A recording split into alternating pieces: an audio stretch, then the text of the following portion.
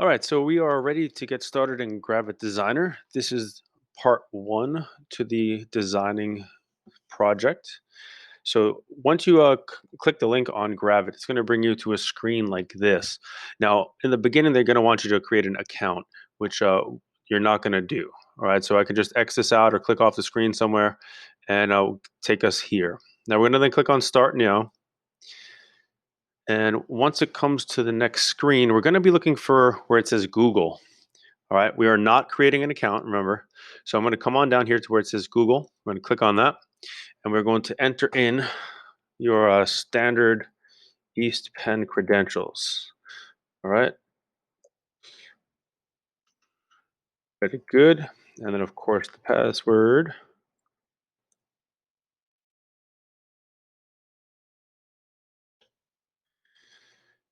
Excellent. And we're in.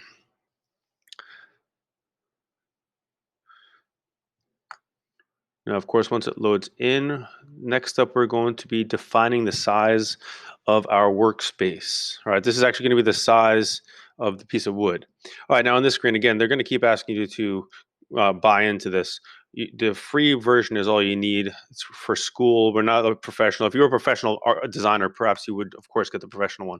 But you see here it says continue with Gravit Designer free. That's all we're going to be needing. Now in here, as I was saying, we're going to tell it the size of the piece of wood that we're actually going to use. All right, it's going to be 8 inches wide by 6 inches high. And very important right here, you have to do this little drop down menu, change the PX, which stands for pixels. You need to change it to inches. And then we're going to click create. All right, now once we're in, you see this white space here. That is the size of the piece of wood that you're going to be working with. Okay, now we're not going to design the whole thing. So to set up where we're designing, I'm going to come over here to the shape tool. I'm going to open it up and I'm going to click on rectangle. And I'm just going to go in here and I'm just going to make a rectangle. I'm not going to worry about how big it is, just make a rectangle. Now I'm going to come up over to this upper right hand side.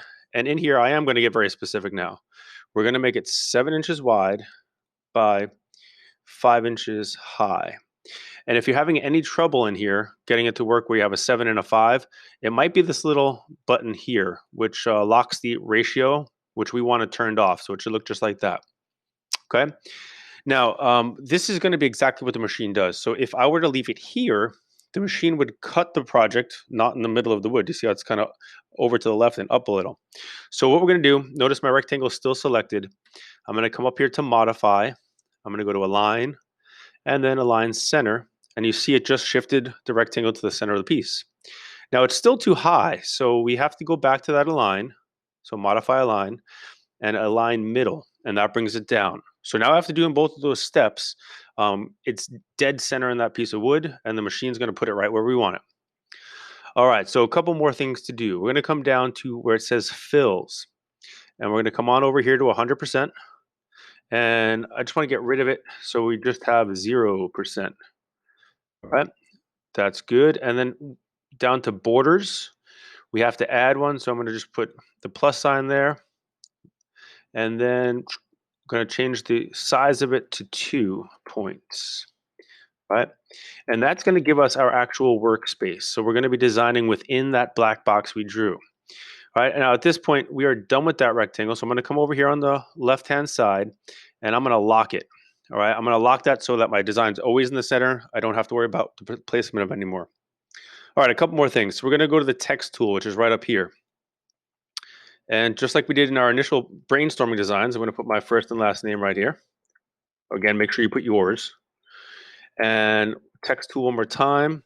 And then over here, just so I can make sure that I always get your project back to you, if you would type either 4th or 5th period, decimal, then your quarter, which is first, second, third, or fourth, decimal, and then K for Kollar or T for Toth, whoever's on your schedule. That way, if I need to get your work back to you, I can. All right, so after we're done with that, we got making some good progress here. We're pretty much finishing up for the first day of this.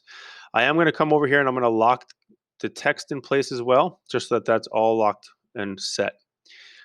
Now, last thing I have to do, I'm going to come up to File. I'm going to open up. I'm going to come down to Save.